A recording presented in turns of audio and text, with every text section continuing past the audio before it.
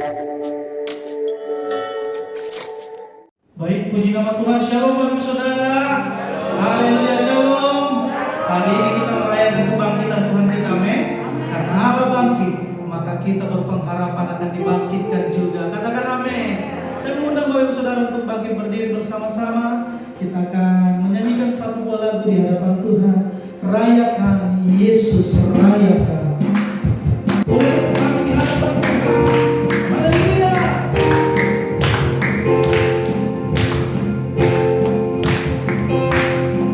Boleh nyanyikan sama-sama. Katakan. Haleluya. Rayakan Yesus, rayakan.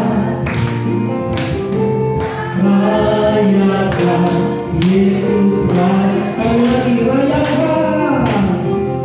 Rayakan Yesus, rayakan. Rayakan Yesus, rayakan. Dia bangkit, dia bangkit, dia bangkit dan hidup selamanya.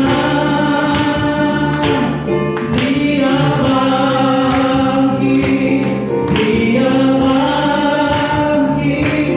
Marilah rayakan kebangkitan Tuhan. Boleh tepuk tangan bersama. Haleluya. Nyanyikan kembali, katakan. Rayakan Yesus, rayakan. Amin. Rayakan Yesus, rayakan. Rayakan. Rayakan Yesus, rayakan. Rayakan Yesus, rayakan. Dia bangkit, dia bangkit, dia bangkit dan hidup selamanya. Dia Yesus bangkit, Yesus bangkit. Marilah rayakan kebangkitan Tuhan.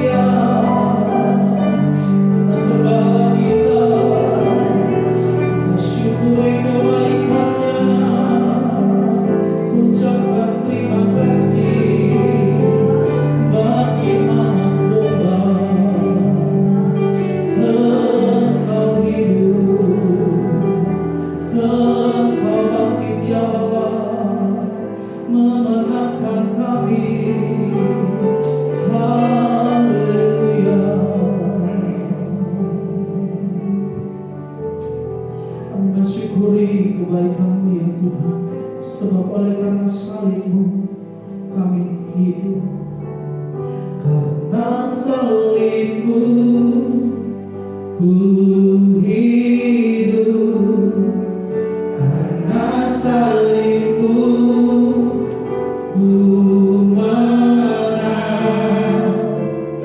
Engkau yang berkuasa, sanggup melakukan mujizat-Mu di hidupku. Mari kita berdoa. Terima kasih Tuhan, jikalau pada hari ini kami merayakan lagi peristiwa yang terjadi di dalam sejarah dunia ini, yaitu seorang anak manusia, firman yang menjadi daging, telah disalibkan dan bangkit pada hari yang ketiga untuk menebus manusia dari cengkeraman kuasa dosa, dari cengkeraman kuasa kegelapan dunia ini. Kami bersyukur buat pembebasan ini, peristiwa yang heroik ini, yang tak tergantikan oleh apapun juga. Maka pada kesempatan ini Tuhan, kami mau merenungkan firman Tuhan, seperti saudara tua kami seringkali merayakannya, yaitu orang Yahudi, merayakan Paskah dengan merenungkan kitab Kidung Agung.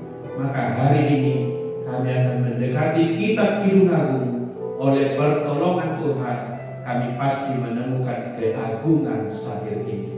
Berbicaralah kepada kami ya Tuhan, kami siap mendengarkan Tuhan. Demi nama Yesus Kristus kami berdoa.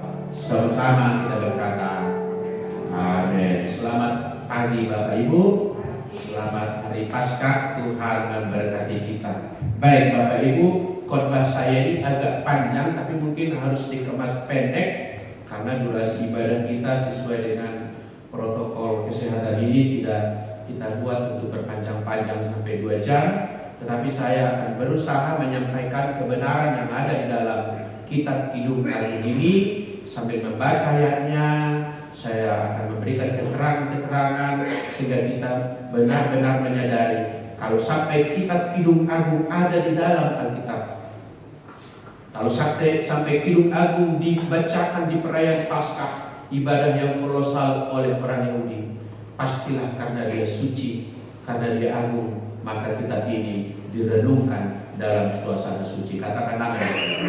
Haleluya. Saya tampilkan slide ini Bapak Ibu.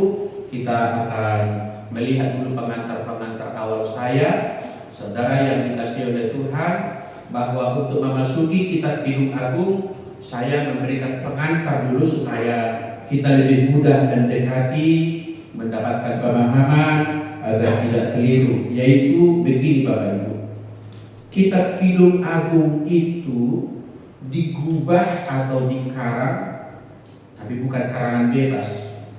Digubah artinya diciptakan, dirangkai oleh Raja Salomo.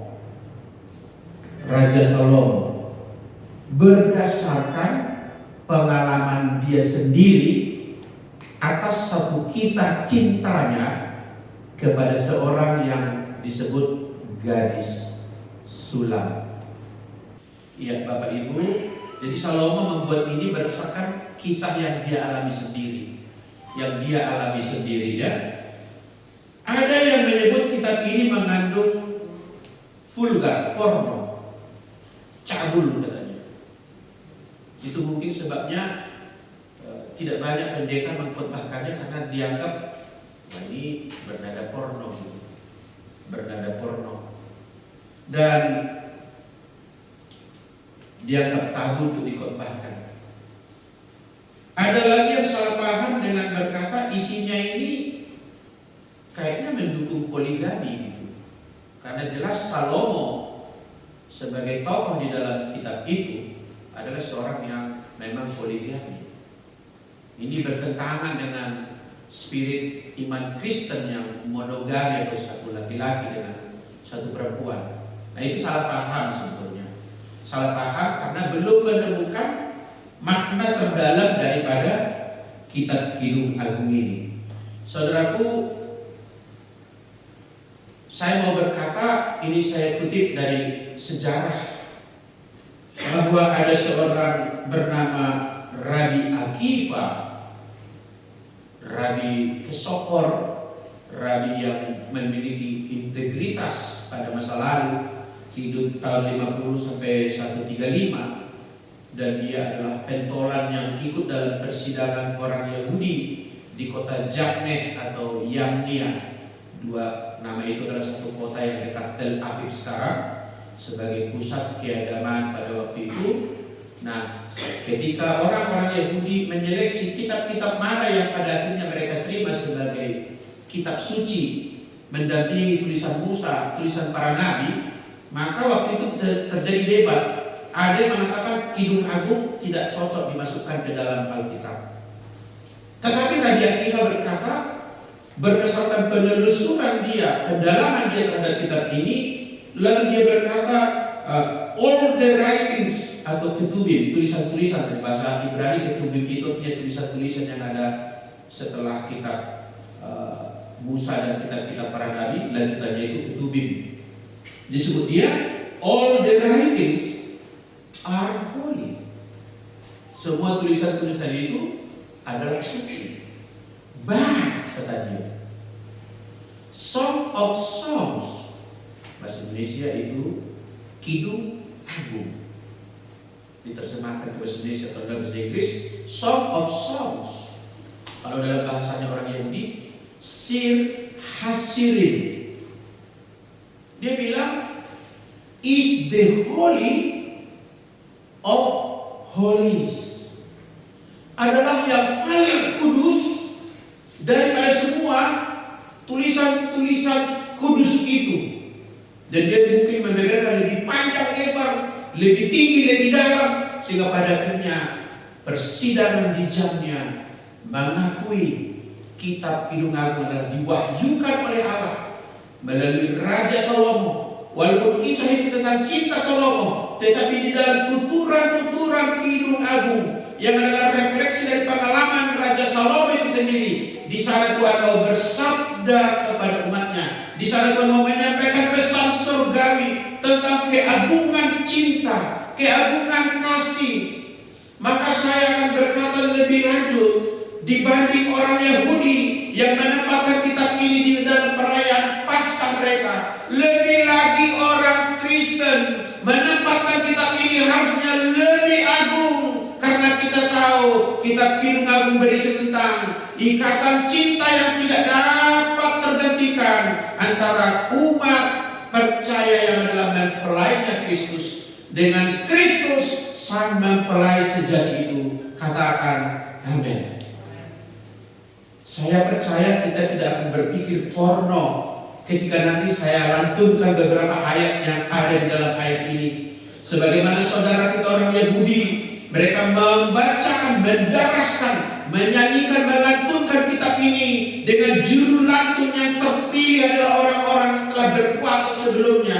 Dan halayak ramai yang beribadah itu orang sekota Yerusalem dan dari kota-kota lain, bahkan dari luar negeri. Pada hari Paskah mereka semua berbondong-bondong pulang kampung di Yerusalem. Maka dapat kita bayangkan ibadah perayaan Paskah orang Yahudi itu begitu kolosal, besar, akbar, ramai, dan di tengah keramaian itu dibacakanlah kitab Kidung Agung. Mustahil mereka berpikir porno, sebab Yahweh ada di tengah-tengah mereka.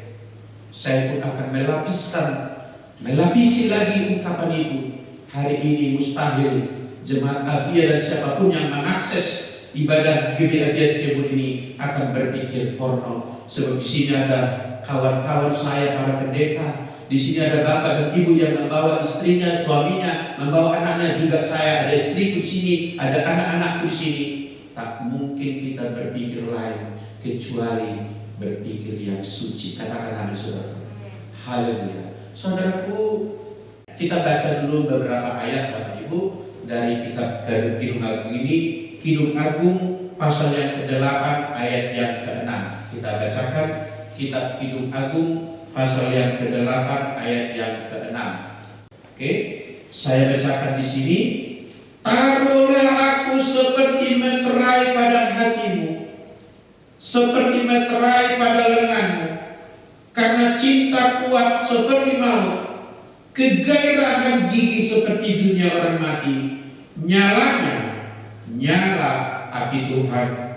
Pasal 8 lanjutannya ayat 11-12. Salomo mempunyai kebun anggur di Baal Hamon. Diserahkannya kebun anggur itu kepada para penjaga, masing-masing memberikan 1.000 keping perak untuk hasilnya. Ayat 12. Kebun anggurku, ini yang berkata ini adalah gadis yang disenangi, dicintai oleh Salomo, bernama gadis dari Sulam. Dia berkata, kebun anggurku yang punyaku sendiri ada di hadapanku. Artinya aku juga punya kebun anggur. Salomo punya kebun anggur yang pegawainya menghasilkan dengan hasil 1.000 keping perak. Mengikuti kebun anggur yang sangat menjanjikan. Tetapi aku mempunyai kebun anggurku sendiri. Lalu dilanjutkan dia, saudaraku, pernyataan ini, yaitu bagimulah 1.000 keping itu, Raja Salomo. Ladang anggur tadi dihadiahkan Raja Salomo supaya perempuan ini menerima pinangan cintanya. Tetapi perempuan ini berkata, kebun anggurmu memang wow, tetapi aku punya kebun anggur yang tidak se-wow kebun anggurmu.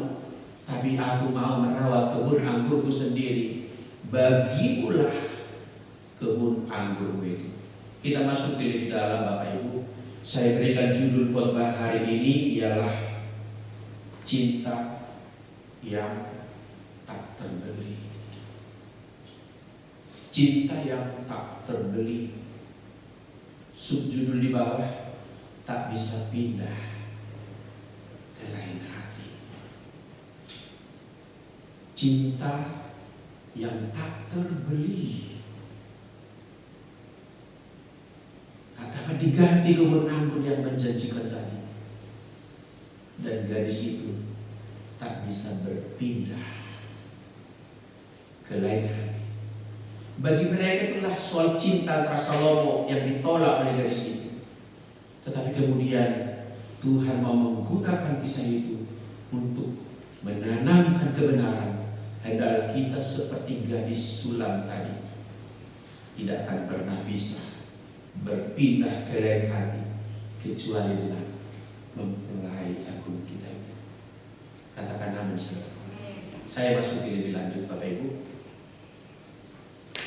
Saudaraku, ayat yang kita baca tadi adalah tentang sayur cinta dari gadis Sulam kepada kekasihnya, bukan kepada Salomo, kepada kekasihnya. Tidak hadir di situ.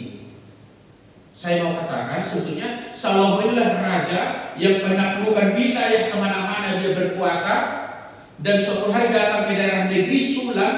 Di sana ada kebun anggurnya sebagai bukti dia menguasai wilayah itu, menaklukkan wilayah itu. Dan di antara penduduk negeri Sulam itu, dia menemukan seorang gadis yang menawan hatinya. Lalu dia suruh kepada judanya, ambil gadis itu, kita bawa ke Yerusalem. Aku mau menikahi dia. Walaupun istri Salomo sudah banyak. Jadi Salomo bukanlah menjadi penggambaran Kristus, melainkan nanti menjadi penggambaran Kristus adalah kekasihnya perempuan ini. Selama ini ada banyak orang salah membaca kitab ini sehingga membingungkan sana sini. Saya meneliti dan menelusurinya, membacanya berulang-ulang kali, mendoakan dan membacakannya lagi, mengulang dan mengulanginya lagi, memeriksa di dalam naskah kitab sucinya, memeriksa berbagai banyak tafsir. Akhirnya saya temukan sesungguhnya kitab ini bercerita tentang cinta antara gadis Sulam dengan seorang pemuda yang lain. Ya saudaraku, saya katakan ia tidak terpikat pada Salomo yang flamboyan, ganteng, keren, keren lah pokoknya. Berkuasa, dia raja, bukan raja biasa, sampai raja-raja dari negeri lain hormat sama dia. Bahkan seorang Ratu Seba dari Ethiopia, negara besar pada waktu itu, bukan Ethiopia yang sekarang. Ethiopia sekarang sudah merupakan negara yang tidak mendominasi dunia. Pada waktu itu Ethiopia itu pamornya tinggi. Ratunya sendiri sengaja datang menghibah ke Yerusalem untuk mendengarkan Salomo berkata-kata dengan hikmat. Jadi dia raja yang diakui rakyatnya, raja yang diakui bangsa-bangsa sekitarnya. Tidak ada raja yang lebih besar daripada Salomo pada zamannya. Jadi luar biasa, flamboyan, berkuasa, banyak orang ingin dipersuntingnya. Sebab menempelkan nama Salomo kepada nama perempuan waktu itu sebagai sebuah gengsi, karena mendapatkan akses, mendapatkan harta, mendapatkan kegemilangan. Jangankan orang itu dipinang oleh Salomo, gadis-gadis juga menginginkan bagaimana supaya aku dipinang.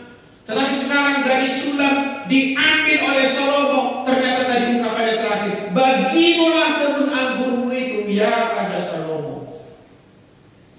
Saudaraku yang dikasihi oleh Tuhan, next berikutnya ya, saya akan tampilkan Salomo adalah orang ketiga di dalam kisah kitab Kidung Agung ini. Dia memainkan dirinya sendiri dalam dunia sastra disebut cameo. Dia adalah pelaku, pembuat cerita, terlibat di dalam cerita sendiri. Dan ini sangat cocok saudaraku kalau kitab ini digelar dengan opera nyanyian. Seperti orang Austria, orang Jerman itu suaranya dengan iringan musik klasik sangat paten, sangat luar biasa, akan menambah semangat keagungan kitab ini. Saudaraku yang dikasihi Tuhan, saya tadi berkata Salomo adalah orang ketiga, maka sesungguhnya kitab Kidung Agung adalah kisah cinta segitiga. Ada gadis Sulam, gambar yang di kiri. Ada kekasihnya yang menurut kitab ini sendiri bekerja sebagai gembala ternak, gembala domba. Ada kemiripan dengan Yesus juga, sang gembala jiwa kita. Dan di samping itu ada Raja Salomo yang ingin mengambil gadis Sulam ini, berarti menyerobot kekasih milik orang lain. Cinta segitiga adalah cinta yang tidak sepatutnya kita tiru. Biarlah cinta kita sebetulnya adalah cinta satu dengan satu untuk selama-lamanya. Katakan amin Bapak Ibu. Haleluya. Setting atau alur cerita ini perlu saya jelaskan Bapak Ibu. Salomo tidak membuat petunjuk skenario seperti para sutradara film modern. Tidak ada petunjuk yang ini diucapkan siapa, yang ini gerak lakonnya seperti ini. Tidak ada. Tidak ada di dalam kitab ini. Dia hanya murni syair yang begitu, hanya terdiri dari kata-kata gitu. Maka saudaraku, diperlukan bagi kita membacanya dengan jeli, dengan seksama, agar kita dapat mengenali penggalan. Yang ini perkataan Salomo, yang ini perkataan gadis Sulam, yang ini perkataan putri-putri Yerusalem, yang ini perkataan narator di belakang latar atau belakang panggung. Kalau kita baca dengan teliti-teliti, baru kita temukan nanti kisah yang heroik tadi. Ternyata seorang perempuan tadi bertahan untuk tidak menggadaikan cintanya, bertahan untuk tidak tunduk kepada sodoran dan tawaran dan hiburan dan hadiah-hadiah yang digelontorkan oleh Salomo. Tidak mengubah pendiriannya untuk tidak berpaling dari kekasihnya, sebab hatinya telah terpikat kepadanya dan tidak bisa berpindah ke lain hati. Saudaraku yang dikasihi Tuhan, kitab ini juga itu tadi saya bilang bagus kalau dijadikan opera. Sudah tadi, sekarang kita masuki kira-kira gambar besarnya pasal 1 ayat 1 sampai 2. Itu suasananya di perkemahan masih di negeri Sulam. Salomo datang ke sana, dia punya bikin posko di sana semacam villa peristirahatan dia ada di situ. Jadi berada di situ antara pasal 1 sampai pasal 2 ayat 7. Sulam dibawa ke perkemahan Salomo. Lalu mulai pasal 2 ayat 8 sampai pasal 8 ayat 8, suasananya sudah di istana Salomo di Yerusalem. Gadis Sulam tadi diboyong dari negeri Sulam, dibawa ke pusat kerajaan di Yerusalem dan sudah ditempatkan di sebuah harem istana raja dengan kamar-kamar bagi para istri-istri Salomo. Saudaraku, kemudian yang ketiga, saudaraku, pasal yang ke-8 bagian akhir. Tetapi akhirnya di situ, kalau kita temukan kisah ini dengan sangat teliti, ternyata Salomo akhirnya dengan legowo bahasa Jawa, melepas gadis sulam, walau dia berkuasa untuk melakukan pemaksaan, tetapi dia kemudian melepas karena terkagum-kagum dengan seorang gadis yang sederhana, yang bertahan dengan kekukuhan hati pada cintanya, yang tidak bisa berbelok sedikit pun. Sedangkan dia selama ini berpengalaman, sekali main mata dengan perempuan sudah jatuh kepada dia, sekali tawarkan sedikit kalau mama sudah orang mengikut dia. Sekarang dia menemukan ada seorang gadis yang lain daripada yang lain, yang mempunyai cinta yang hebat. Cinta bukan cinta biasa, yang melekat kepada kekasihnya, yang tidak bergeming oleh tawaran dan godaan apapun. Sehingga kemudian Salomo sekalipun bisa memaksakan ke bawahnya, tidak berdaya, sebab keagungan cinta itu kuat seperti maut, tak dapat dipisahkan oleh apapun juga. Dan Salomo menghormati dari situ, diizinkan pergi, dan kemudian kira-kira dari situ kembali kepada kekasihnya dan tidak dilanjutkan di kitab Kidung Agung. Tentu mereka menikah sesuai dengan rencana mereka. Kita masuki sekarang saya ini berbalas-balasan Bapak Ibu. Saya minta dipandu oleh Mario agar saya lebih mudah berbicara. Begini, lanjut ya. Ini begitu gadis sulam diambil dari rumahnya, dibawa ke perkemahan atau villa milik Salomo di negeri Sulam. Gadis ini melantunkan cintanya pada kekasihnya. Ada Salomo di situ, tapi dia berpaku tentang kekasihnya. Sedang apa? Sedang mendeklarasikan kepada Salomo, aku sudah ada yang punya. Apa saya dia berkata begini, kiranya ia mencium aku dengan kecupan, karena cintamu. Pria idamannya itu, bukan mu yang di dekatnya, lebih nikmat daripada anggur. Kemudian Salomo menghadiahi dia dengan perhiasan-perhiasan, anting-anting, kalung, pakaian yang mewah, parfum yang mahal tentunya, dan tambah lagi nanti kebun anggur yang sangat disukai orang ya, sangat indah tempat di tempat itu dan sangat menjanjikan, dan banyak lagi hadiah. Lalu Salomo terpesona dan melancarkan rayuan gombal. Syair Salomo begini-begini, moleklah pipimu di tengah-tengah perhiasan-perhiasan, dan leher di tengah kalung-kalung. Sudah dikasih perhiasan, sudah dikasih kalung-kalung, lalu perempuan itu dipakaikan begitu. Lalu Salomo memuji dia, moleknya engkau. Memang kalung itu sudah cantik gemerlap, anting-anting cantik luar biasa, tetapi kau lebih cantik daripada kalung itu. Tetapi kau lebih menarik daripada perhiasan itu. Rayuan Salomo ini luar biasa. Next Mario, supaya lebih cepat. Lalu sewaktu Salomo duduk di satu meja, mungkin meja makan atau meja kerja dia, masih di villa di Sulam itu, gadis Sulam itu melantunkan lagi cintanya lagi, diulangi dia lagi syairnya. Bukan memberikan pintu terbuka bagi Salomo, tetapi tetap memberitahu Salomo bahwa aku sudah ada yang punya. Syairnya itu berbunyi, bagiku kekasihku bagaikan sebungkus mur, parfum itu ya, tersisip di antara buah dadaku.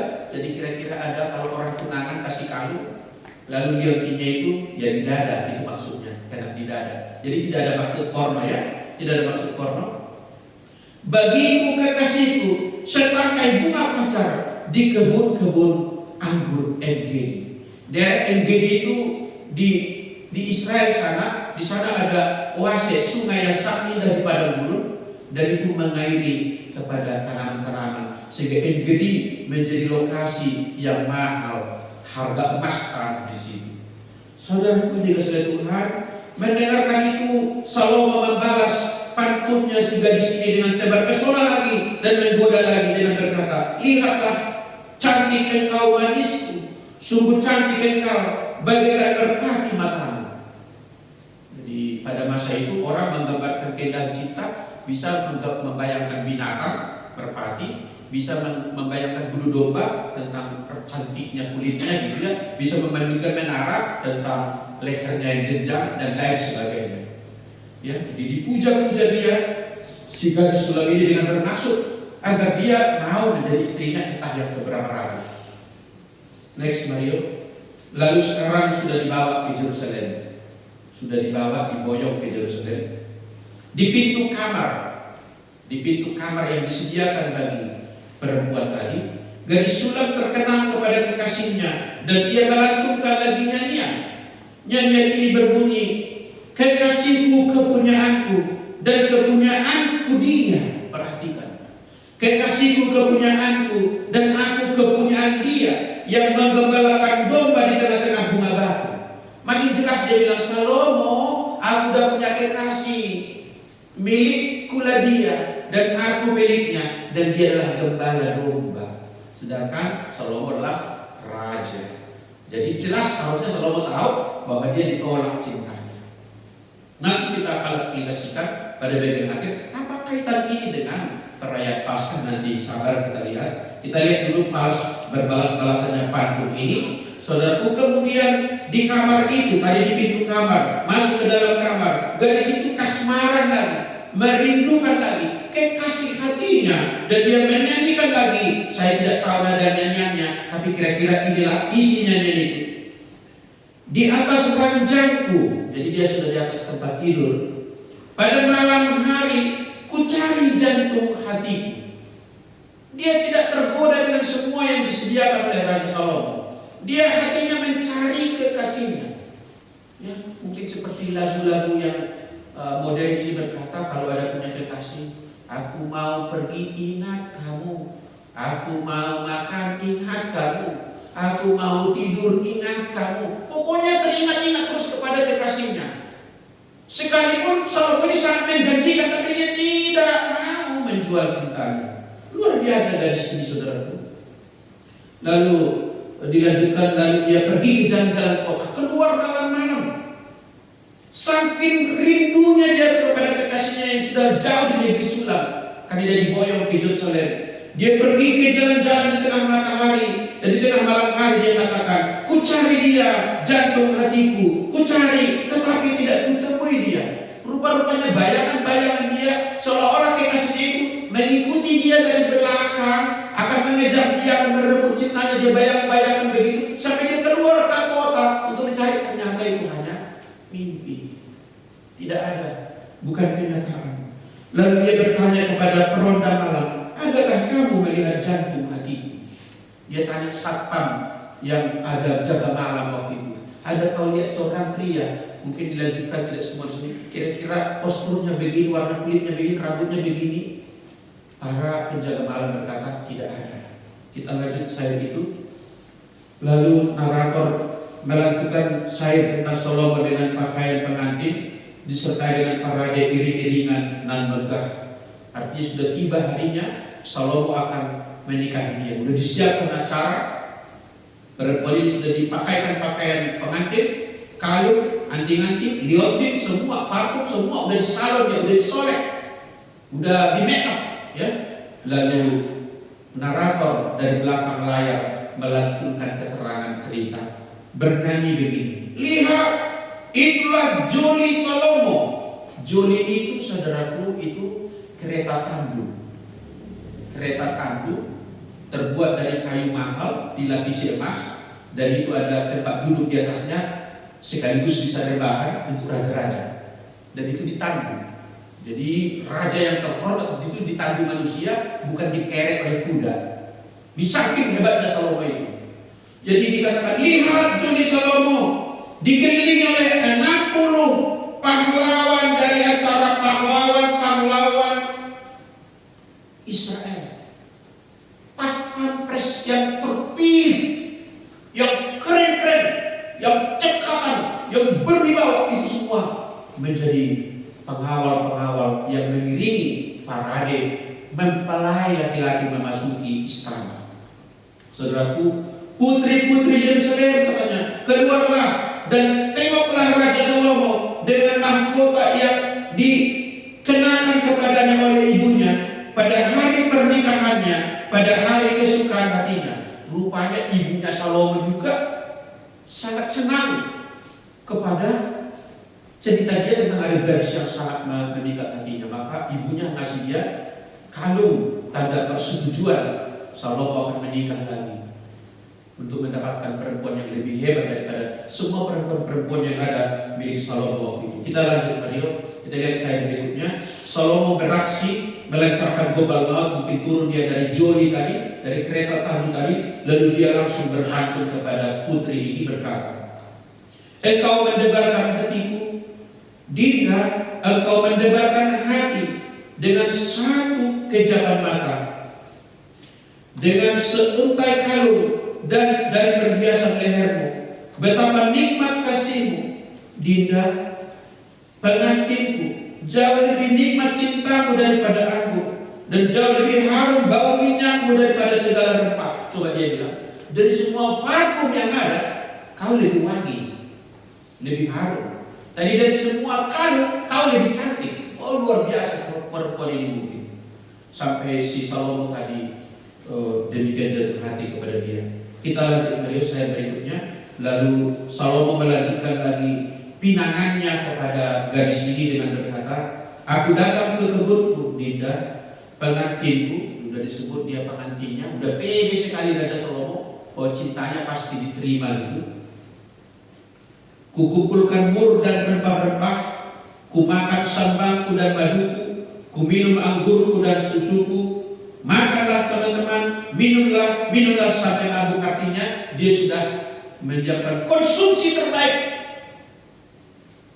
Seksi repot sudah menghidangkan makanan. Wah, makanlah, minumlah. Ini detik-detik saya akan prosesi. Udah pede sekali Raja Salomo. Sangat yakin dia. Tapi kemudian next, gadis sulam itu dari dalam kamar pengantin justru melakukan syair yang membayangkan bahwa kekasihnya datang menjemput atau mengevakuasi dia. Syairnya berkata, aku tidur tetapi hatiku bangun, dengarlah kekasihku mengetuk, bukalah pintu Dindaku. Kira-kira dia dengar suara begitu. Dia bayangkan kekasihnya datang.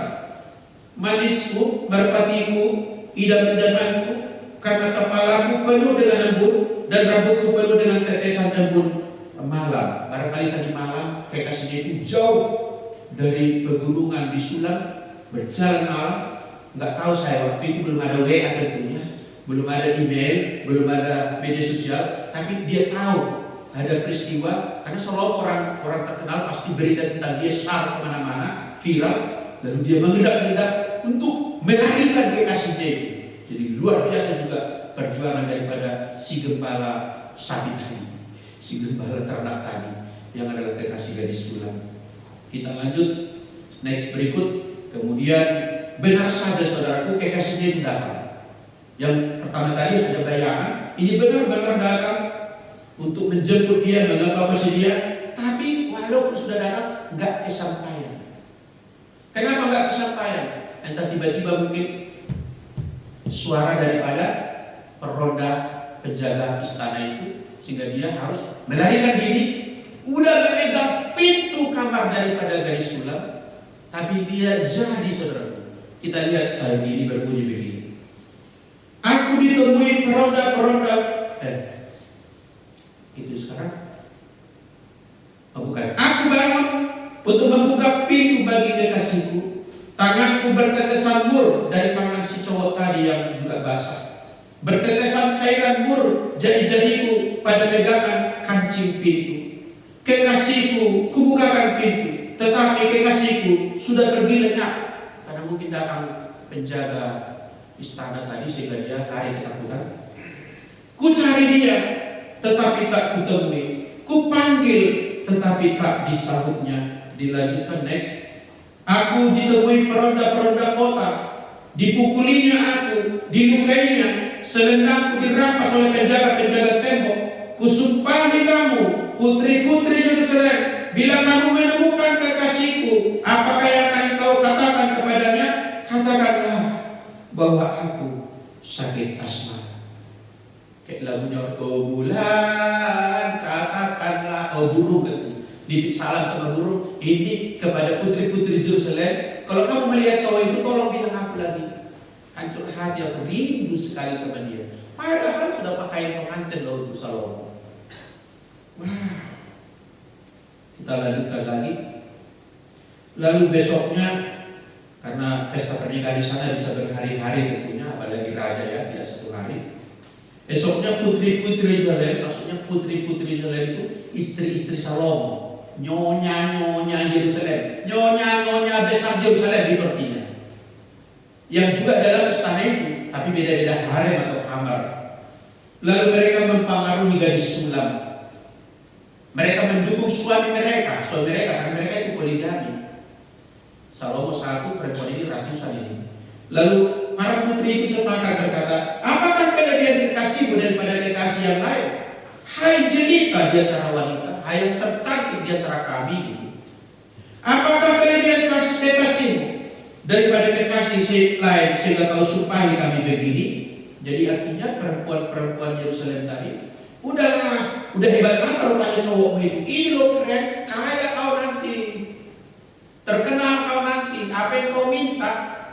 Belum sampai perkataanmu putus pada titik, udah nyampe sama kau kira-kira gitu. Kau bilang handphone generasi terbaru, udah gitu nanti langsung dikasih gitu kira-kira. Kau bilang mobil terbaru, mau cepat kau dapat nanti, enak kau. Kenapa rupanya apa kelebihan kekasihmu itu? Bodoh kali kau, tidurlah kami katanya. Kami ya senang-senang di istana, tidur-tiduran dan baring-baring banyak kali uang kami. Kami bisa kirim ke keluarga kami masing-masing. Nama kami bisa, siapa gadis itu? Siapa ibu itu? Istri Salomo, orang pinggir dari kami. Siapa ibu itu? Kocak cantik sekali, hebat sekali, jambulnya tinggi kali. Siapa dulu dong? Istri Salomo. Malah kau seperti kami. Tapi coba kita lanjut, apa kata gadis tadi? Gadis sulam membanggakan kekasihnya kepada putri-putri Yerusalem tadi. Seperti apa kekasihmu itu katanya? Dia jawab, putih bersih dan merah cerah kekasihku, menyolok mata di antara selaksa orang. 1000 orang dia paling tampan. Bagaikan emas murni kepalanya. Coba yang dibayangkan kepalanya itu bagaikan emas, mantap punya. Enggak bagaikan kaleng-kaleng dia. Bagaikan emas. Lalu dikatakan rambutnya mengombak, hitam seperti gagak. Rambutnya hitam, mengombak lagi, bukan buatan, asli. Ya. Matanya bagaikan merpati pada batang air, bermandi dalam susu, duduk dalam kolam yang penuh. Lanjutnya kata-katanya manis semata-mata, segala sesuatu padanya menarik. Everything in him exciting. Wah, dibanggakan kekasihnya. Demikian kekasihku itu katanya. Lanjut saya lihat putri Yerusalem kemudian terhenyak sadar, ternyata kekasih mereka yang rame-rame itu Salomo enggak ada apa-apanya dibanding kekasihnya cewek ini. Karena katanya putih, kata-katanya manis semata. Ternyata semua cowok-cowok dia paling berintegritas, omongannya bisa dipercaya. Semua yang dibayarkan tentang dia kebaikan semata-mata. Keren. Lalu gadis-gadis putri-putri Yerusalem berkata, kemana perginya kekasihmu? Kira-kira berkata, kalau begitu jangan lepaskan itu. Jangan lepaskan. Yang mudah hebat itu. Yang kami punya ini nggak ada apa-apanya dibanding itu. Yang ini banyak kali ribuan gombalnya. Kesetiaannya nggak teruji. Setia di kamar sini, setia di kamar situ, setia di kamar situ, setia di setiap kamar katanya. Wah, kekasih itu luar biasa itu. Satu kekasihnya, satu di hatinya. Wah, kemana dia pergi katanya? Hai cerita di antara wanita, ke jurusan mana ini atau ke kiri atau ke kanan dia larinya. Ketika dia takut detak daripada las sepatu daripada penjaga istana ini. Kemana pergi? Supaya kami mencarinya bersamamu. Wow, seolah-olah ini wah hebat kali kekasihnya. Ayo, yang begitu mari menjadi kita cari itu kira-kira gitu. Lagi, sesudah peristiwa itu segera pula Salomo muncul di depannya dan berpantun lagi, berjuang untuk meraih cinta gadis itu. Udah mungkin merasa Salomo agaknya kurang seret perempuan ini sama saya, maka dia lacak lagi gombal tingkat yang berikutnya. Dia bilang, palingkanlah matamu daripadaku, sebab aku menjadi bingung karenanya. Wah, sinar mata perempuan ini berbeda dari yang lain. Sampai-sampai Salomo tidak tahan melihatnya. Rambutku bagaikan kawanan kambing yang bergelombang turun dari dia. Luar biasa. Cantik rambutnya.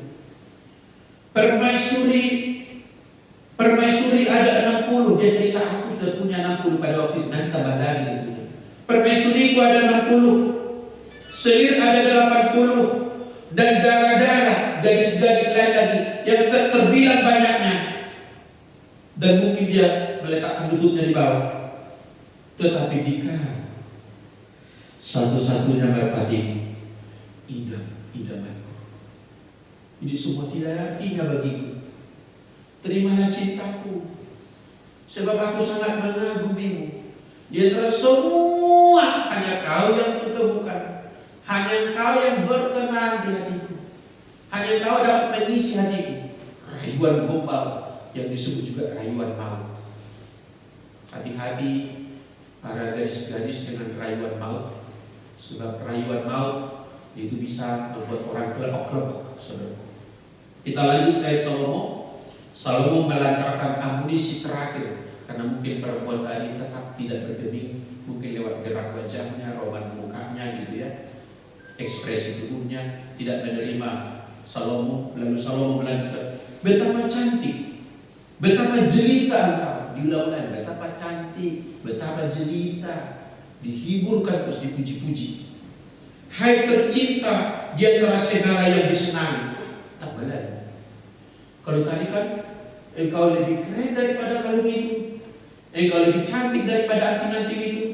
Sekarang di antara semua hal yang disenangi orang, makanan, tempat wisata, mobil mewah, jabatan yang tinggi, dari semuanya, wah, ini kau bintang dari semuanya. Kira-kira dia berkata kalau di Kota Medan, Danau Toba memang indah, tapi wajahmu lebih indah. Bukit Bundali memang segar, tapi tatapan matamu jadi menyejukkanku. Wah, luar biasa. Bintang-bintang malam memang mewah, tetapi senyum dan bibirmu lebih dari semuanya. Rayuan maut amunisi terakhir. Segala upaya dilancarkan Salomo. Badannya sudah di istananya, tetapi hati perempuan ini di sana. Kita lihat jawaban dari Sulam, menarik sekali. Kepunyaan kekasihku aku, dijawab dia. Dengan ini sedang berkata dari Sulam kepada Salomo dengan tegas. Dengar ya Salomo, kira-kira gitu. Cuman dia berpantun dengan kalimat yang manis. Tidak seperti orang Batak langsung tok gitu, dia bungkus kalimat itu. Dia bungkus kalimat, sedang berkata my love, only for my love. Sairnya begini, kepunyaan kekasihku aku, diulang lagi tadi, dan kepadanya gairahku tertuju. Kira-kira gini, bukan orang ini. Sorry ya Salomo, aku nggak demen sama lu, nggak tertarik. Kira-kira lebih benar, nggak birahi aku sama kamu, nggak bernafsu aku padamu. Lalu dia bilang tentang kekasih, mari kekasihku. Dia panggil dengan semacam doa harapan. Doa harapan, mari kekasihku, kita pergi ke Padang. Sekarang di sana. Aku tidak mau di istana ini. Harusnya Salomo datang kembali. Dikasih tempat tidur mewah, kamar yang keren, perhiasan yang keren, malah memilih kita pergi ke Padang. Apa sih di Padang sana kira-kira gitu? Bermalam di antara bunga-bunga pacar, bukan di antara klip-klipnya lampu istana ini. Di sana aku akan memberikan cintaku kepadamu. itu telah kusimpan bagimu, kekasihku. Itu telah kusimpan, kujaga, kurawat hanya untukmu. Tidak akan kuberikan kepada yang lain. Harusnya pemuda dan pemudi Kristen seperti ini. Amin. Harusnya bapak-bapak seperti ini. Harusnya ibu-ibu yang sudah menikah harus begini. Milik kekasihku aku. Rambutku ini milik dia. Bibirku ini milik dia. Maaf ini semuanya milik dia. Don't touch. Ini hanya untuk dia. Handphoneku boleh kau ambil. Jabatanku boleh kau rampok. Hartaku boleh kau gondol. Tapi not my daddy. Not my heart. Not myself. It is only for him. I dedicate it only for my love, Jesus Christ.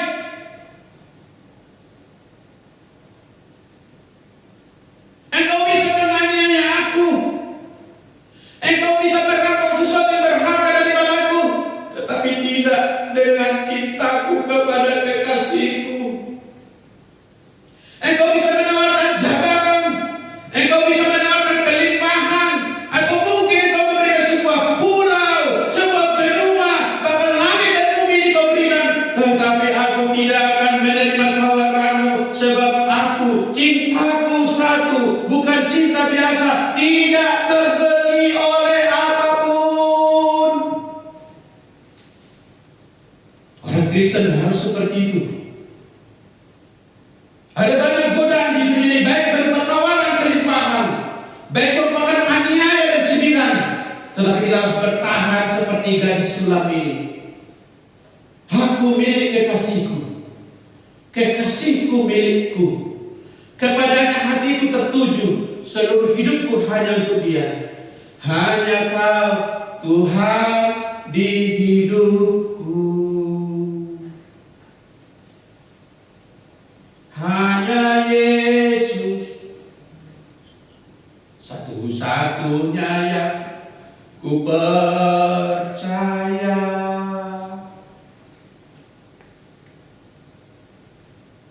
Tiada yang lain ku ingini di bumi, hanya kau.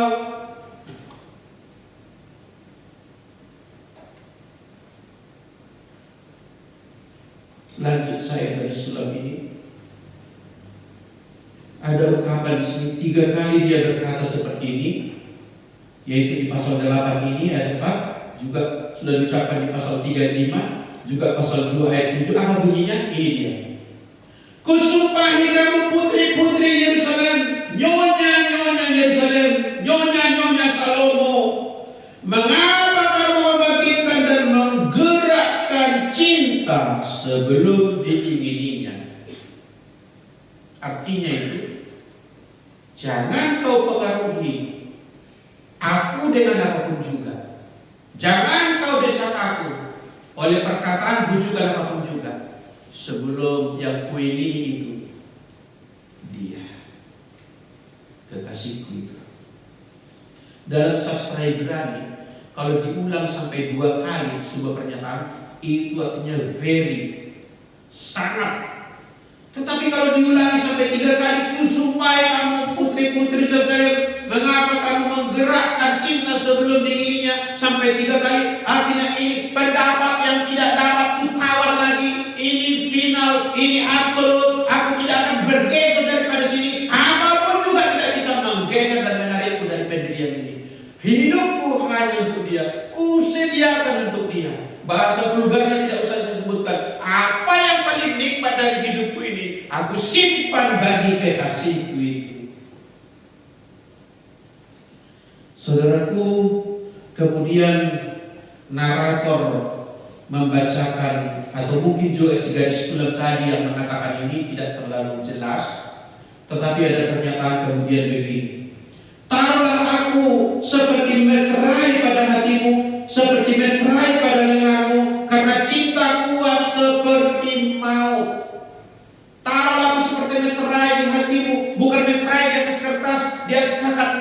di atas perjanjian dari sebuah kontrak, tapi meterai di dalam hati, tidak bisa dihapus, tidak bisa dicopot, tidak bisa diganggu gugat. Dan taruhlah aku meterai di lenganmu, katanya. Itu bukan tato, artinya hanya engkaulah yang akan aku gandeng. Sebab kalau pernikahan itu kan berjalan bersama di samping. Tidak ada yang lain yang pantas aku bersanding dengannya, hanya engkau. Meterai di lenganmu, tunjukkan aku di depan publik, bergandengan tangan bahwa kaulah punyaku dan akulah punyamu, dan itulah yang menjadi kesenanganku, kata gadis sulam, atau mungkin dibacakan oleh narator tadi. Lalu dikatakan kegairahannya seperti dunia orang mati, nyalanya seperti nyala api Tuhan. Air yang banyak tak dapat memadamkan cinta, sungai-sungai tak dapat menghanyutkannya. Apa artinya? Tidak ada kekuatan apapun yang dapat memudarkan cintaku. Air yang banyak tidak bisa menghanyutkannya, api yang panas tidak dapat menghanguskannya. Cintaku bukan cinta biasa. Sejauh ini saya percaya tidak ada di antara kita yang berpikir porno dari tadi. Tidak. Amin Pak Andreas. Gak mungkin. Gak mungkin. Maka disebut judul ini Kidung Agung. Kidung artinya nyanyian. Agung artinya paling tinggi. Mahkamah Agung gak ada lagi di atas itu. Jadi ini nyanyian di atas nyanyian. Nyanyian puncak daripada semua nyanyian. The best of the best. Karena agungnya syait ini tentang cinta yang tidak terbeli, tentang cinta yang tidak bisa berpaling ke lain hati, sekalipun tawaran begitu bertubi-tubi.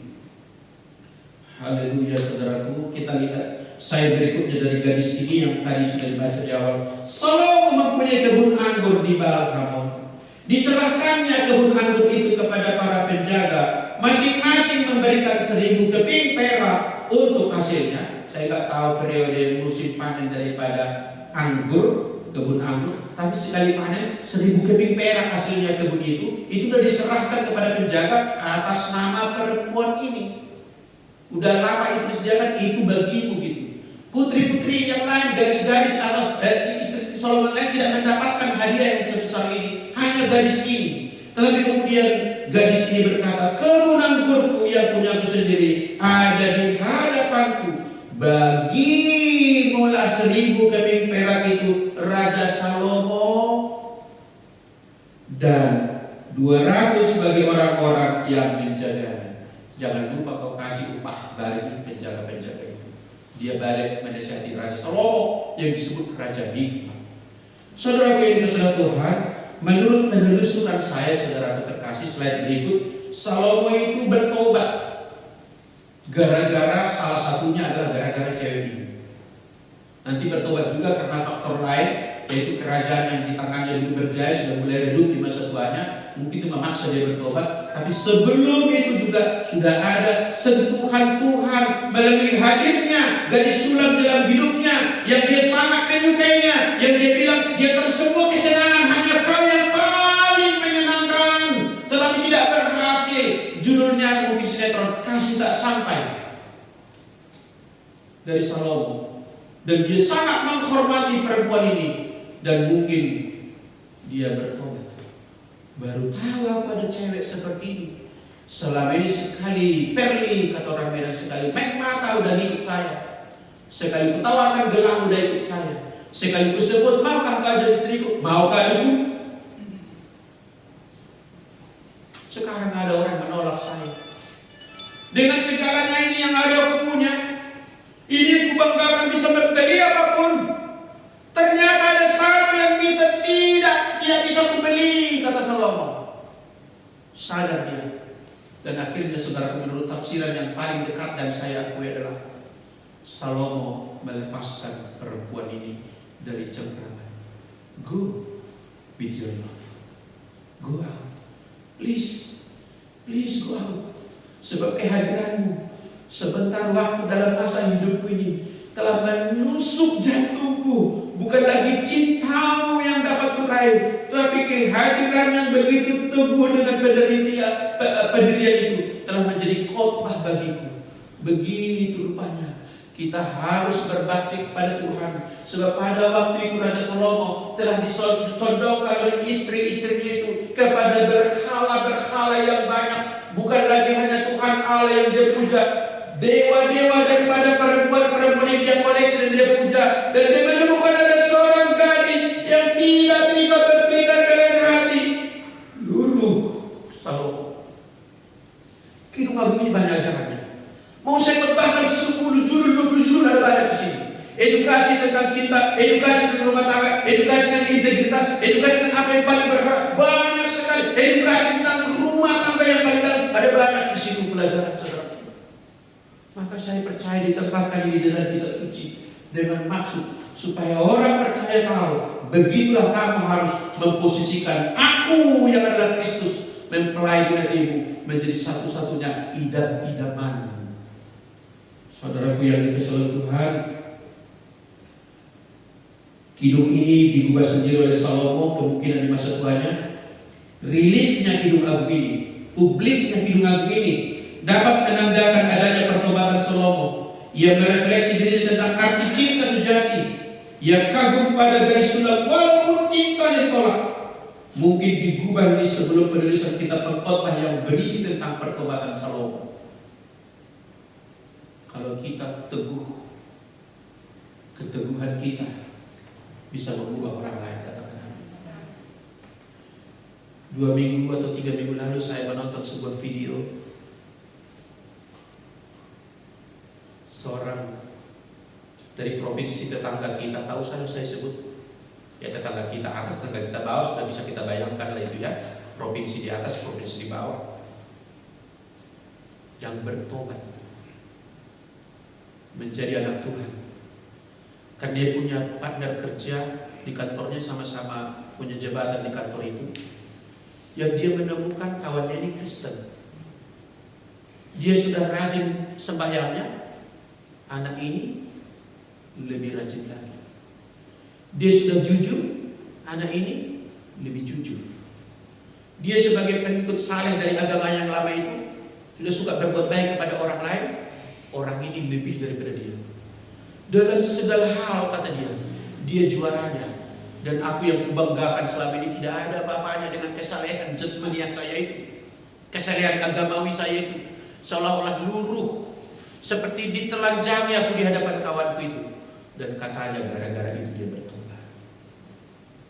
Gadis sulam telah menjadi utusan Injil ke istana Salomo. Kalau kau mau menyerahkan kesucian hidupmu atas cinta kepada Tuhan, kehidupanmu pun menjadi suratan yang terbuka. Dibaca banyak orang. Mungkin dia tidak mau dan alergi membaca kitab suci kita itu, tapi dia membaca ini. Bapak ini beda, ibu ini beda. Kenapa aku selama ini membenci agama bapak ini? Kenapa aku selama ini membenci agama ibu ini? Akan begitu dikatakan orang, sehingga tergenapilah seruan Nabi nanti. Pada hari-hari akhir akan bangsa-bangsa berduyun-duyun ke Gunung Sion untuk meminta, ajarlah kami, bimbinglah kami. Ditunggu gadis sulam pada zaman sekarang. Sama-sama katakan, aku pun mau jadi gadis sulam. Amin. Kita bangkit berdiri. Saudaraku, kemudian gadis itu akan dilepas Salomo, dan tentu dia akan menikah dengan kekasihnya. Slide berikut sedikit lagi sambil berdiri, ada refleksi. Ada dua slide lagi. Kita lihat dulu slide berikut ini sambil berdiri. Ya, kita lihat sambil berdiri ya. Sebuah refleksi. Tidak seperti Hawa yang jatuh dalam rayuan dan godaan, gadis sulam menepis semua tawaran cinta orang ketiga. Ia bagaikan Yusuf yang fanatik tak mau juga cemarkan cintanya oleh proyek Tante Motiva. Wow. Refleksi kedua, pendirian kokoh Gadis Sulam menyadarkan Salomo masih ada orang yang tidak kelepok-kelepok dengan tawaran gemilang dunia. Zaman sekarang masih ada seperti gadis ini gitu. Berikutnya kaitannya dengan Paskah. Coba satu slide lagi Mario. Satu slide lagi. Kaitannya dengan Paskah. Mengapa saya juga membawa ini ke ruang Paskah kita hari ini dan sebentar lagi kita perjamuan kudus. Gadis Sulam ini mewakili saya dan saudara. Amin. Mewakili saudara, merepresentasi kita sebagai mempelai dari Gembala Agung. Yesus kekasih jiwaku, sungguh ku percaya padanya. Itu sama dia itu. Berikutnya, Gembala itulah kekasih kita, tak terbandingkan dia, tak tergantikan dia. Cintanya pada kita di kayu salib lebih daripada orang Yahudi memahami bidang agung kita sudah nyata sekarang. Cintanya kekasih kita itu sampai memberikan nyawanya bagi kita. Kalau Salomo hanya memberikan kebun anggur, perhiasan dan lain-lain, tetapi kekasih kita memberikan nyawanya bagi kita. Adakah korban pengganti? Adakah cinta yang lebih agung? Adakah tawaran yang lebih menggiurkan selain daripada darah Kristus yang melunasi dosa kita? Hutang kita di bank kita bisa cicil, hutang kita terhadap dosa tidak bisa kita bayar. Tak tergantikan dia. Cintanya harusnya membuat kita memiliki cinta padanya, bukan cinta biasa. Cinta satu-satunya yang ku percaya. Mari kita berdoa. Terima kasih Tuhan untuk siraman-Mu pada ibadah Paskah kami dari kitab Kidung Agung. Terbatas kami memahaminya, karena memang selama ini pun seringkali kami menghindarinya untuk dikhotbahkan, melewatkannya untuk dikupas di pertemuan keluarga. Karena dahulu kami menyangka kitab ini bersifat ada unsur pornografi, ada dukungan terhadap poligami dan lain-lain tafsir yang mungkin membuat kami enggan membukanya dan mengulitinya menemukan esensi terdalam. Ternyata luar biasa Tuhan. Ketika kami mendekati kidung ini, tak lain bukan, inilah kidung cinta yang terbaik. Inilah lagu cinta yang paling agung. Tidak ada di atas ini. Hanya pribadi di dalam nyanyian ini. Gembala itu Yesus Kristus Tuhan kami. Terima kasih Tuhan. Terima kasih. Pada perayaan Paskah ini juga kami akan merayakannya dengan peringatan melalui perjamuan kudus, mengingatkan kami tentang kekasih kami itu yang telah mau mati bagi kami, yang telah menyerahkan dirinya, berkorban bagi kami, menumpahkan darahnya tertetes sampai habis dan menyerahkan nyawanya bagi kami. Karena begitu besar kasih Allah atas kami, sehingga Yesus Kristus melakukan itu semua. Dan karena Dia telah memberikan cinta terbesar bagi kami, jawaban kami, cinta kami hanya untuk Dia, hanya bagi Dia, sekarang, besok, selamanya, tidak dapat digeser oleh apapun, tidak kami berikan kepada pihak manapun, tidak akan ditukar dengan hadiah apapun, tidak akan dibuang karena aniaya apapun. Yesus Kristus, kekasih jiwa kami. Sekaligus Tuhan kami berdoa supaya Engkau memberkati perjamuan kudus kami, menjadi refleksi persekutuan kami dengan kekasih kami itu. Haleluya, haleluya, amin. Saya sambut hambanya untuk kita melayani perjamuan kudus, Bapak Pendeta Andreas Sujoyo dan hambanya Bapak Husin untuk melayani kita perjamuan kudus. Pak Husin, kita akan mengikuti perjamuan kudus. Sebelum kita menerima pembagian roti atau hosti dan cawan anggur, mari kita berdoa untuk makanan dan minuman rohani ini. Mari kita berdoa. Tuhan, kiranya berkat-Mu turun atas roti dan anggur ini. Tuhan kuduskan, sehingga di dalam dan melalui kami beroleh berkat dari surga, yaitu kami mengecap persekutuan dengan tubuh dan darah Kristus, itulah meterai keselamatan kami. Kami akan menerimanya dengan sukacita dan sakral dalam suasana kudus. Di dalam nama Tuhan Yesus Kristus kami berdoa, sama-sama kita berkata, amin. Silakan duduk Bapak Ibu untuk menerima bagian bersama kudus. Pada perayaan Paskah orang Yahudi, baik di sinagog maupun di tengah keluarga, suka ditanya oleh anak-anak atau orang yang belum paham, apa arti daripada makan Paskah ini? Maka guru-guru iman mereka, guru-guru agama mereka atau orang tua mereka akan menjawab, sebab dahulu kita telah budak di tanah Mesir, dan tangan Tuhan yang kuat membebaskan kita dari Firaun, dan tangan Tuhan yang kuat membawa kita menyeberang Laut Merah. Tuhan yang perkasa memelihara hidup kita dalam perjalanan di padang gurun dan membawa kita ke tanah perjanjian yang disediakan bagi kita. Jadi kalau kita ada hari ini anak-anakku, karena Tuhan sudah membebaskan kita dari perbudakan itu, maka orang Kristen melapisinya dengan lebih lagi.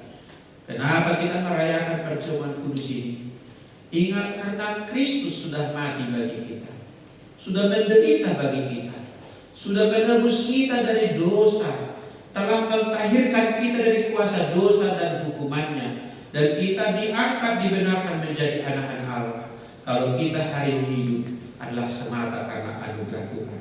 Angkat cawan di tangan tubuh Kristus yang adalah dilambangkan oleh roti di atas tangan kananmu, dan dengarkanlah firman Tuhan yang menguduskannya.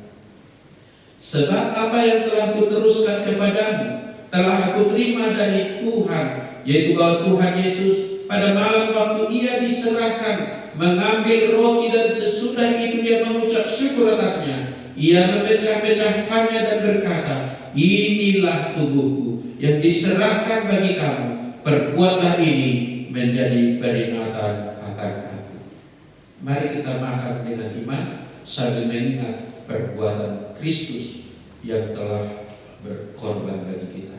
Kita makan dengan iman. Dalam nama Yesus.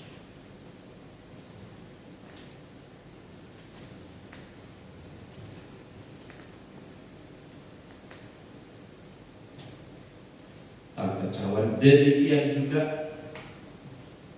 ia mengambil cawan sesudah makan, lalu berkata, cawan ini adalah perjanjian baru yang dimeteraikan oleh darahku. Perbuatlah ini setiap kali kamu meminumnya menjadi peringatan akan aku. Tentu kita pun sudah paham dari ayat ini. Cawan ini dimeteraikan oleh darah Kristus. Yang kita minum memang sirup anggur, tapi kuasa darah Kristus disalurkan melalui perjamuan kudus ini. Apakah saudara percaya Yesus adalah Tuhan dan Juru Selamatmu? Dia telah berkorban sampai mati di kayu salib demi engkau dibenarkan oleh Tuhan, dan engkau percaya dialah mempelaimu satu-satunya. Minumlah dengan iman. Inilah cawan perjanjian baru yang dimeteraikan oleh darahnya untuk keselamatan kita. Minum dengan iman. Haleluya. Mari kita berdoa mengucap syukur. Terima kasih Tuhan buat firman-Mu, buat tubuh dan darah-Mu, buat persekutuan kami dengan Engkau. Engkau ada di dalam kami ada di dalam Engkau. Tak ada yang dapat memisahkan Kristus dari kami. Terpujilah Engkau ya Tuhan. Di dalam nama Yesus kami berdoa. Haleluya. Sama-sama kita katakan amin. Silakan duduk saudara. Shalom. Puji Tuhan.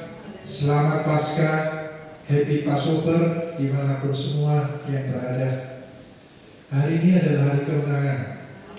Kita luar biasa karena dengan adanya hari ini, iman pengharapan kita dan kepercayaan kita itu dibuktikan bahwa Yesus satu-satunya orang yang tidak punya gelar almarhum. Di mana-mana semua gelarnya almarhum. Saudara dan saya juga nanti suatu saat dapat gelar itu. Nabi besar sebesar apapun gelarnya almarhum, hanya beliau yang tidak. Amin, amin ya. Hari ini adalah suatu hari yang terbesar dalam sejarah hidup kita, Bukan hari Natal, bukan hari apa, tapi inilah hari yang terbesar. Kita bersyukur bahwa kita sudah menang. Baik, sebelum kita nanti akan berdoa syafaat, kita akan mendoakan semua. Kita akan mempersiapkan diri memberi persembahan. Bapak Ibu semua yang hadir di tempat ini dan di rumah boleh mempersiapkan untuk memberikan persembahan. Dan ini terutama di hari istimewa. Kami undang asal bisa maju di depan. Mari kita berdoa. Bapa yang di surga, segala puji syukur bagimu di dalam nama Yesus Kristus Tuhan dan dalam persekutuan Roh Kudus-Nya. Di mana hari ini adalah hari kami memperingati kemenangan Raja kami, Juru Selamat kami, yang dihina, yang dimati, disalibkan, terasa seperti manusia biasa. Tetapi dengan kebangkitan-Mu Tuhan Yesus, bahwa Engkaulah satu-satunya Raja, tidak ada yang seperti Engkau Tuhan. Siapapun yang mengatakan Nabi yang besar pun, di dalam agama apapun, semuanya tidak pernah ada seperti Engkau bisa bangkit. Kalau saat ini kami sudah mendengarkan firman-Mu, begitu besarnya cinta-Mu Tuhan pada kami, dan biarlah cinta kami kepada Engkau Tuhan. Engkau mempersiapkan kami seperti gadis sulam. Hanya Engkau satu-satunya Yesus, Tuhan dan Juru Selamat kami. Terima kasih Tuhan. Di dalam kesempatan yang indah dan berbahagia ini Tuhan, kalau kami sebentar boleh memberi persembahan, Tuhan, biar Engkau memberkati semua persembahan ini, biar boleh dipakai untuk kemuliaan pekerjaan-Mu dan kerajaan. Dalam nama Yesus kami boleh berdoa. Amin. Mari kita mempersiapkan diri untuk kita berdoa syafaat. Bapa yang di surga, segala puji syukur bahwa kami sebentar akan mengakhiri ibadah ini. Tapi perkenankanlah kami Tuhan, di hari istimewa ini, kami berdoa Tuhan untuk seluruh jemaat di GBI Afia khusus. Engkau memberkati Tuhan. Mereka yang saat ini mengalami sakit, Tuhan jamah, Tuhan sembuhkan, karena kemenangan-Mu menjadi nyata. Mereka yang dalam kesulitan, berikan jalan keluar. Dan mereka semua yang masih sekolah, Tuhan berkati, sehingga mereka menjadi orang-orang yang berhasil. Semua usaha Tuhan yang saat ini sedang dalam keadaan ekonomi yang lesu, Tuhan bangkitkan. Kami percaya Tuhan, kemenangan ini akan membawa dampak yang dahsyat. Kami terus juga berdoa Tuhan, di dalam mengatasi virus pandemi COVID-19, Tuhan, biar Engkau yang memberkati pemerintahan kami melalui vaksin-vaksin yang disediakan. Biar vaksin ini Tuhan menjadi penolak segala virus-virus corona. Dan berikan kami kemampuan terus menjaga protokol kesehatan. Walaupun kami sudah mendapatkan vaksin, tapi biar kesehatan itu boleh kami jaga, buat untuk diri kami, sahabat, tetangga, orang tua, dan keluarga kami. Terima kasih Tuhan. Kami terus berdoa juga untuk supaya terorisme, narkoba, dan segala kejahatan boleh hilang dari bumi Indonesia. Tuhan tolong presiden kami, tolong wakil presiden kami, dan seluruh jajaran agar mereka bekerja, mereka melakukannya untuk negara dan bangsa ini. Tuhan memakai mereka, memberkati mereka. Demikian juga para aparat keamanan, baik dari militer, baik dari polisi, dari semua penegak hukum. Berikan mereka hati nurani yang benar, berikan mereka hati yang betul-betul mencintai rakyat ini. Tuhan, berkati mereka yang sudah bekerja untuk negara dan bangsa. Terima kasih Tuhan. Kami menyerahkan Tuhan seluruh aspek kehidupan kami hanya di dalam tangan. Dan sebentar kami akan mendapatkan berkat daripada Engkau. Biar hamba-Mu yang memberikan berkat. Kita bangkit berdiri Bapak Ibu. Haleluya. Kita akhiri ibadah kita, perayaan Paskah kita. Berkenan bagi Tuhan, berkatnya turun atas kita. Bukalah hatimu, arahkan pandanganmu kepada Tuhan kita, angkat dan tadahkan kedua tanganmu. Terimalah berkat yang berkelimpahan diberikannya kepadamu. yang membuat engkau berhasil yang dalam engkau kerjakan, membuka pintu dalam semua yang engkau gumulkan. Engkau yang sakit disembuhkan, yang susah dihiburkan, yang lemah beroleh kekuatan baru, bahkan anak cucumu berkasa di bumi angkatan benar-benar diberkati oleh Tuhan. Terimalah damai sejahtera dari Bapa kita yang kekal hidup, dan dari anaknya Yesus Kristus Tuhan kita, serta oleh persekutuan daripada Roh Kudus, senantiasa beserta kita mulai hari ini sampai besok, sampai Maranatha, sampai selama-lamanya. Tuhan memberkati kita. Haleluya. Sama-sama kita katakan amin. Puji nama Tuhan. Salam dan selamat hari Minggu. Puji Tuhan.